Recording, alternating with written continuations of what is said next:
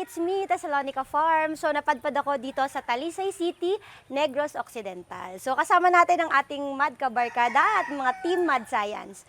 So, nandito kasi ako ngayon para bisitahin si Sir Victor Yulatic. Ayan, gusto ko talagang magkaroon ng knowledge sa kanyang pagbibreeding dahil isa ito sa isang napakatagal at legendary na rin na nagbibreeding dito sa Negros Occidental. Ayan, so hali kayo at salamat na paunlakan niya tayo dito bumisita sa kanyang farm.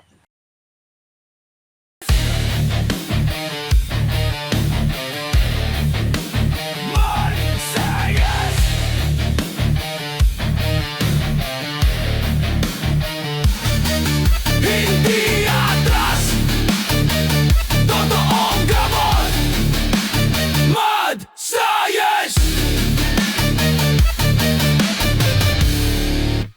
Sir Vic, Yes, Yulatic. Ayan, finally meet you. And Sir Joseph. Ayan, so yung salamat anak po ko na, dito. Then, welcome ka dito sa TMJ Victoria's Yeah. Game Farm sa Bacolod. Thank you naman na binisita nyo kami dito. Marami tayong pag-uusapan, kaya ko kayo dito pinuntahan dahil ako'y nagsisimula pa lamang sa ating breeding, fighting. So, tingin ko marami po kayo sa akin ma-i-share. Yeah. Dito tayo para makapag-usap tayo ng kung ano mga ano mo dito. Manong Vic, so napasyal po ako sa inyo dito sa inyong farm. Pwede po bang makahingi unang-una po ng konting history about naman po sa inyong TMJ Victorians Game Farm? Itong Team J Victorians Game Farm, kinuha ko to sa pangalan ng anak ko. Kasi yung mga anak ko may mga Victor lahat yan. Kung babae, Victoria. Itong T, Teres, yung panganay ko, yung M, Victor Michael din siya, yung isa, Victor Joseph. That's why Team J Victorians ang nilagay. Dito po sa farm niyo, sir, ano po yung mga bloodlines na inyo pong personal dito na binibreed? Dito, lahat ng manok ko na pula ay mayroong Boston. Boston. Yeah. Before, I was in Mr. Lanchi de la Torre. Ay, opo. Farm assistant Opo, niya ako opo. at during the time na naglalaban kami, nakikita ko bakit nagustuhan ko yung mga Boston, Boston niya. at saka yung crosses niya ginagawa ko. Then binigyan niya ako noon. Yun, pinapag-gate ko na. Until now, nandyan pa rin sila. Meron din po kayo ibang bloodlines dito? Yes, oo, mayroon tayo ditong nilalagay ko sa Boston, itong California Cross. Hats. Hatch, Oo, California California Hats. Kahit saan, both sides, gawin kong 3/4 silang dalawa, ibot ko. Talagang mataas pa rin yung winning percentage. At alam mo, sa pagbibreed, ang importante na magustuhan ng mga buyers. Ayun, yun po ang para Yun sa ang isang sekreto dyan. So kayo po ay Boston. Yeah. Sir Joseph, ano po yung inyong iniibig na bloodline?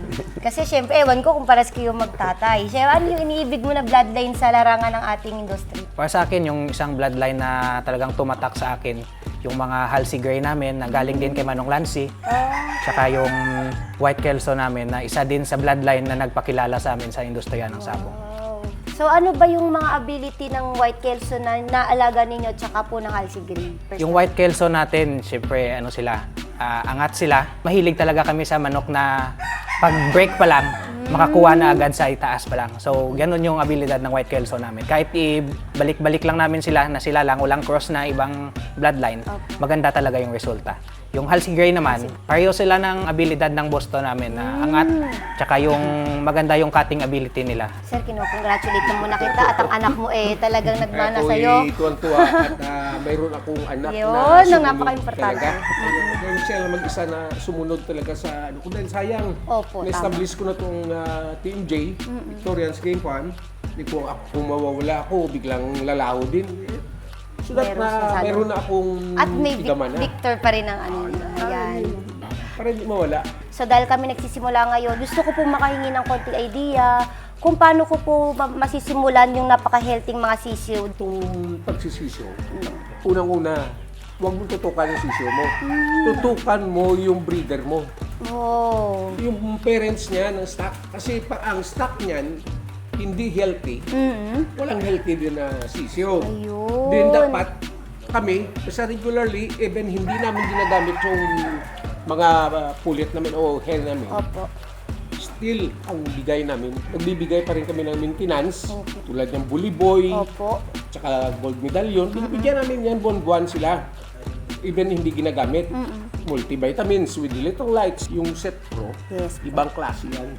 So makakatulong po talaga ang Set Pro Ultra sa ating mga sisiw. Hindi lang pala sisiw ang tutukan. Yeah. Pinagmulan. It must be the parents muna. Okay, so Dahil napakaganda. before breeding season. After that, pag nag-breed na kayo, may sisyo, siyempre, madali lang naman yan. Opo. Vaccination. Ang ginagawa ko lang yan sa sisyo, day old, 3 days, sugar muna ako. Ooh. Sugar. Iba, Brown sugar. bago oo, to. Kaya mas kubado. After 3 days, magsisit pro na ako niya.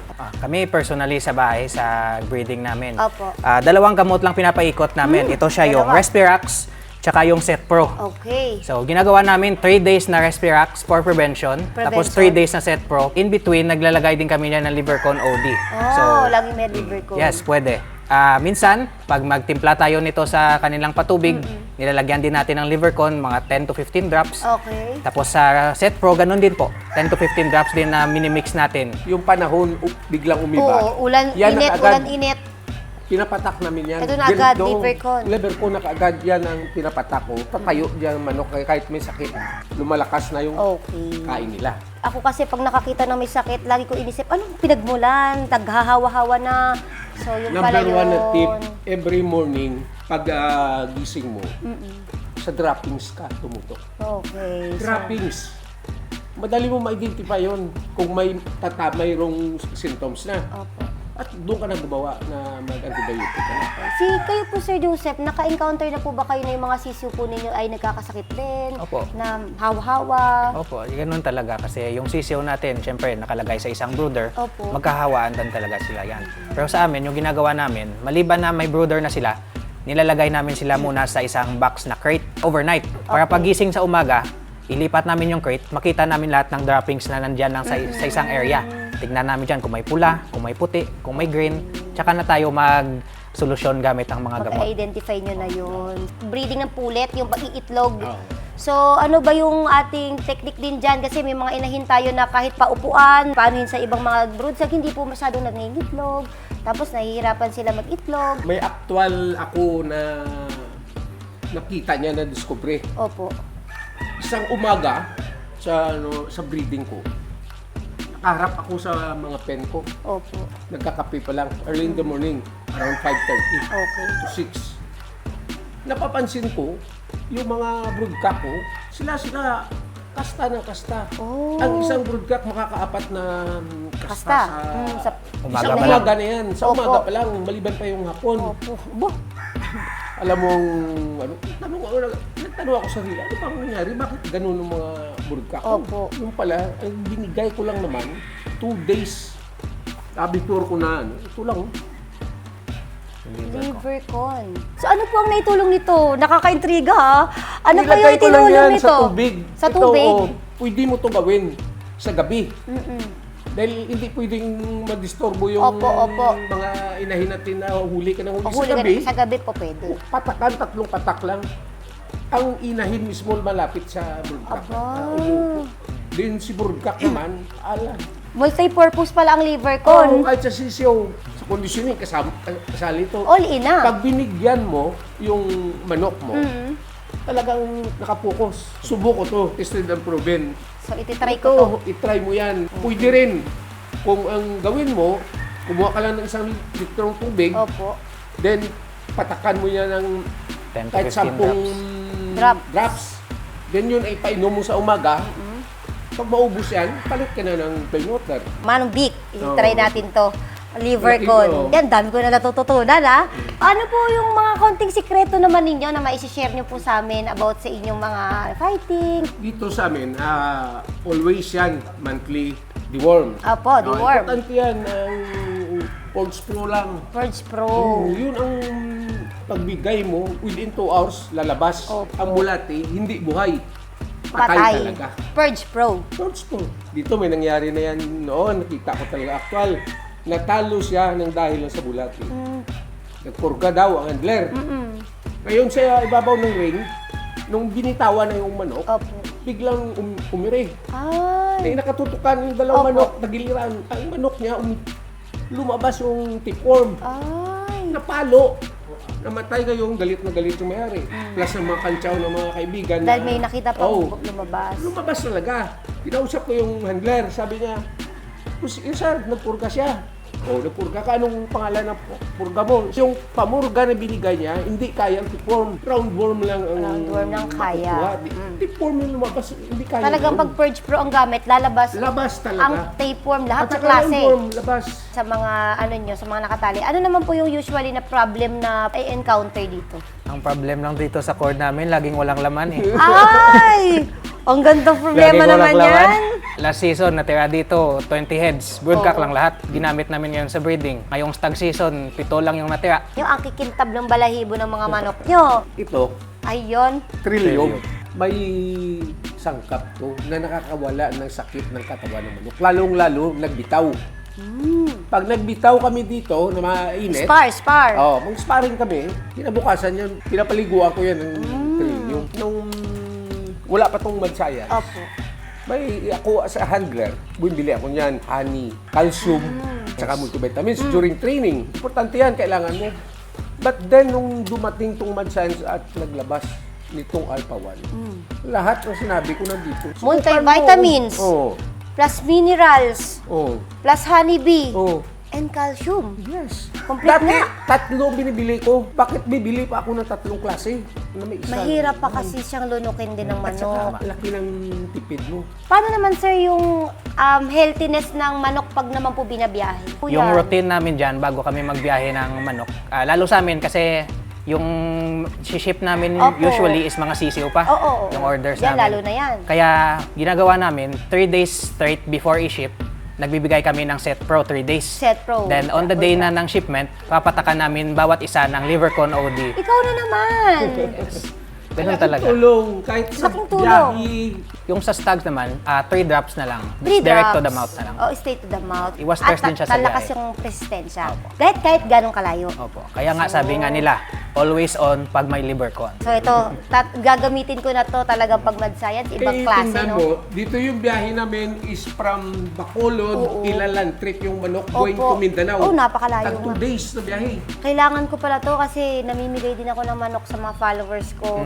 So pag isi-ship, kinakabahan ako kasi baka dumating payat na, pangit na. Baka sabihin, ano ba yan, ang ganda sa video nung na-receive na, Luyana, or parang nahihina na yung ano. So dapat pala nito.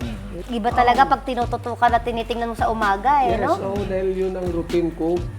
Gusto ko pagising ko, nakatutok ako sa manok, iikot ako niyan sa breeding pen, ikot ako niyan sa sisyo. Ang mata ko, alam mo yung painting lang ko, droppings lang. Droppings lahat. Sir Joseph, paano po kayo na-attach sa manok? Ay kahit kasi yung iba kasing kilala ko, may mga anak ning lalaki, hindi naman na-attach sa manok. 15 years old ako, nakakita ako sa manok na may pera talaga. Aba, Hindi siya number one yan! hindi siya sa form na sugal hindi siya sa sugal. Oo. Kundi kasi Bentahan. bentahan. Tatlo kaming magkakapatid. Nag-graduate naman kaming lahat na Oo, manok lang yung professional. nakasuporta sa Oo amin. nga naman. So kitang-kita ko at witness din ako na nakabuhay talaga yung sabong. Magandang income din po talaga, lalo na pag passion yung magtatay. At saka habang nagtatrabaho ka, happy ka, may bigay mo lahat. Oh, tama. So ano po pala yung mapapayo nyo sa akin bilang bago pong nagbe-breed, bago nag-fighting, tapos vlogger pa ako. Sir, kasi pag nasa online social media, pag po natalo, binabash ako. Bas ka. Ang Kaya hirap. advice ko, dapat magkaroon ka ng tunay na bloodline. Ayun, wala. Number 1 yan. Kahirap magkaroon ng bloodline na puro. Kahit may pera ka. Kailan ako sobrang swerte ko. Okay. Nagtatrabaho ko kay Sir Lance. Binigyan niya ako ng parang gantimpala noon. Dahil may breeder na taga-Amerika na gusto akong kunin dalhin sa Amerika. But then, nung inisip-isip ko, naawa naman ako sa kanila na iwanan ko siya. Parang hindi ko manood, saka mawala ako sa Oh, pamilya ko. mabait din naman po Oo. talaga. Sabi ko, yung kinikita ko, kung kikitain ko dun sa Amerika, kung ilang diferensya sa kinikita Tama. ko sa kanya. So, nagstay kayo dito? Yun yun ako, sabi ko, hindi ko na ituloyan to. That's why, nung marinig niya yon, kinabukasan, pumunta dito si Paring Rico Apo. Almares. Dahil dalawa sila hinawakan ko. Sabi niya, nag-usap sila, binigyan nila ako ng parang Ayun. So, mag-breed ka. doon ka nag-start. At Then, hanggang ngayon, ang tanong nila, anong gusto mong blood. manok? Hindi ako nagbigay ng Oo. Ng Bloodline. bloodline. markings, dahil alam ko lahat. Aba, Doon nag-umpisa na less ako sa reject. Sa ulado nyo na. Yung, Tagal ko sa kanya. So yun yung payo nyo sa akin, dapat meron akong sarili kong bloodline Oo, na talagang maghanap ka tutukan. sa trusted mo na breeder na makakuha ng ganong bloodline. Na lahat may magandang karakteristik. Kumbaga sa estudyante, nasa kinder pa lang ako. So sila mga kolehiyo na, ako nasa kinder pa. Pero syempre, marami pa tayong mga bibisitahin talaga ng mga kagaya ni Manong Vic, madkabarkada natin na makakatulong sa ating pag-i-improve. Napakagandang tulong talaga din po ng produkto ng Mad Science sa inyong larangan ng pagmamano. Swerte ko rin na napili din ako ng Mad Science. Opo. Then, I'm so proud na ang lahat ng gamot ng Mad Science is quality one. At ginagamit niyo po talaga. Oo, tsaka Siyempre. kahirap Napaka-importante. mag-endorse ka Tama na po. wala kang pwedeng sabihin sa gamot Yun, na dapat yan. alam niyo po ang nangyayari, alam niyo po ang epekto. Yes. At syempre, may pruweba. Oo. Ayan, pruweba lang natin ang kailangan. So, talagang Mad Science, believe ako sa'yo. So, salamat po Mad Science. Napakalaking tulong po ng inyong mga ginawang mga produkto sa amin pong mga baguhan pa lang nagsimula at sa mga matatagal na sa ganitong industriya. So, sana magpatuloy po kayo na mag-create ng mga ganitong produkto para po makatulong sa amin sa matagumpay na pagmamano. Believe ako sa Mad Science.